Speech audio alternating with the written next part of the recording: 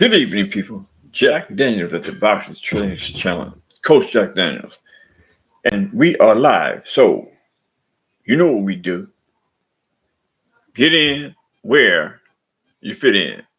And for you tonight is a live show. And it is disconcerting that we have to have this conversation, but it is of importance because it falls within the scope and gravity of boxing, and it equally falls in between um, the, between the scope and gravity of how we respond and act towards one another when uh, monies are concerned, large or small. When monies are concerned, we seem to have a unethical uh, outlook on the outcome of the money that was owed or the money that was said to be owed. In this particular instance, it was said that Derrick James, Trainer of the Year, Derrick James is suing Errol Spence Jr. for monies owed him for that last fight that um, Derrick James trained Errol Spence for between Daryl, between Errol Spence and Bud Crawford. Right, the outcome of that we already know. Bud Crawford won by TKO in 7. He also knocked Errol Spence Jr. down twice in the second round. So we got past that, and the atmosphere wasn't as it is today between Errol Spence Jr. and Derrick James. Right, this didn't come to this didn't come to fruition until um, Errol Spence Jr. decided he was leaving Derrick James and finding another trainer. Now, wasn't anything said about any money owed at that particular time, but I think this is like 3 months, give a week or two, uh, that Elspeth Jr. left Derrick James and decided he would find him another trainer. Now, I have no idea what the particulars are involved in why they parted companies, but at the end of the day, it is alleged that Errol Spence owes Derrick Jones certain monies for the training of Errol Spence Jr. during that particular fight in question between Bud Crawford and Errol Spence Jr. Now, it has been said that Ghost 123 in the house. It has been said that this was now sources have said this. Now, I'm not making these accusations based on a reliable source. I'm basing these allegations on the fact that they were brought to my attention by someone who is secondary to my sources, right? But he's reliable. I will say that he's reliable, and he didn't have a problem with sharing the same information that I'm sharing with y'all, and that is Errol Spence Jr. is being sued by Derrick James because Derrick James feels that Errol Spence owes him money because this is the particulars involved in this particular suit. The particulars are Derrick James got paid, but he didn't get paid according to what he believed Errol Spence Jr. owed him.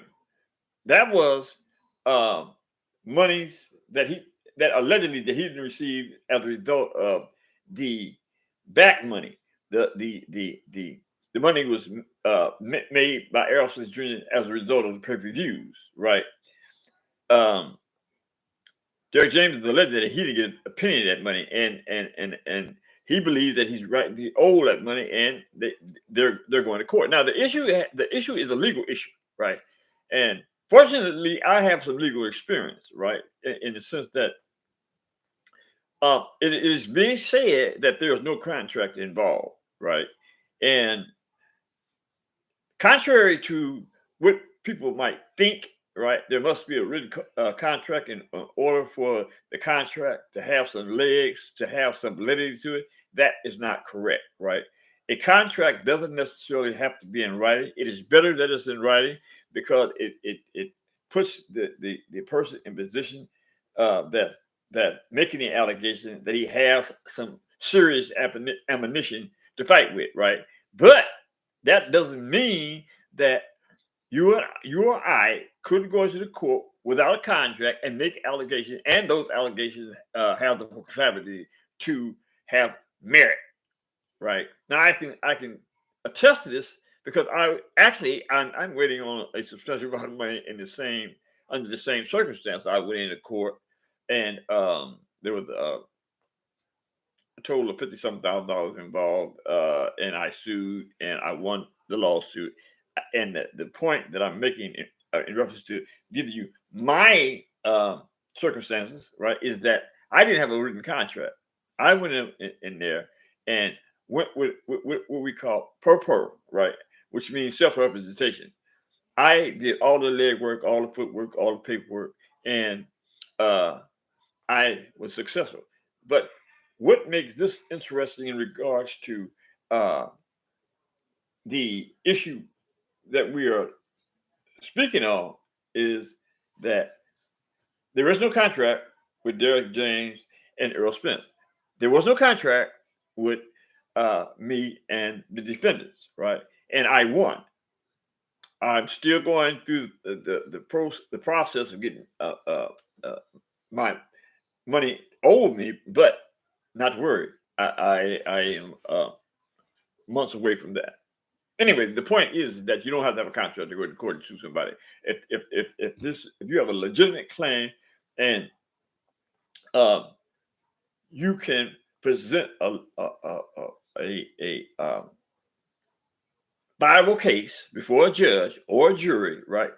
You don't have to have a contract. So that being said, the point that I need to get off my chest is this: like, it appears that every time Black people, particularly, have relations as it pertains to monies, there seems to be these types of instances where somebody ends up owing somebody else. Now, whether there's some legitimacy in what is transpired as far as Derrick James is concerned, I don't know. I haven't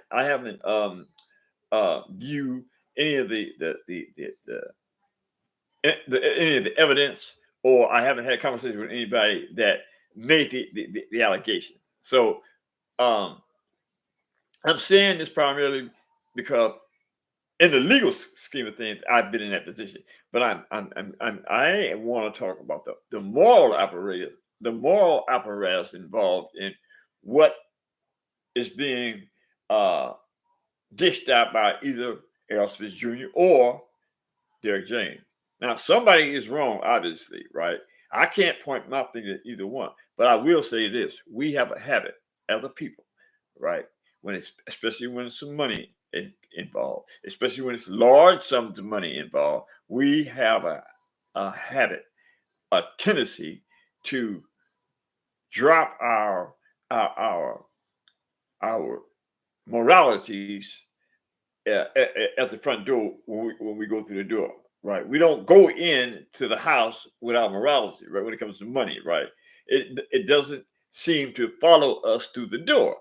We somehow separate ourselves from our moral apparatus when we have people that owe us money, right?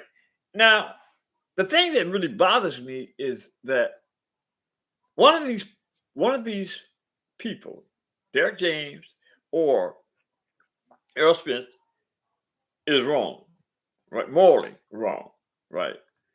If the allegations are true in reference to what Derrick James is alleging that uh, Errol Spence Jr.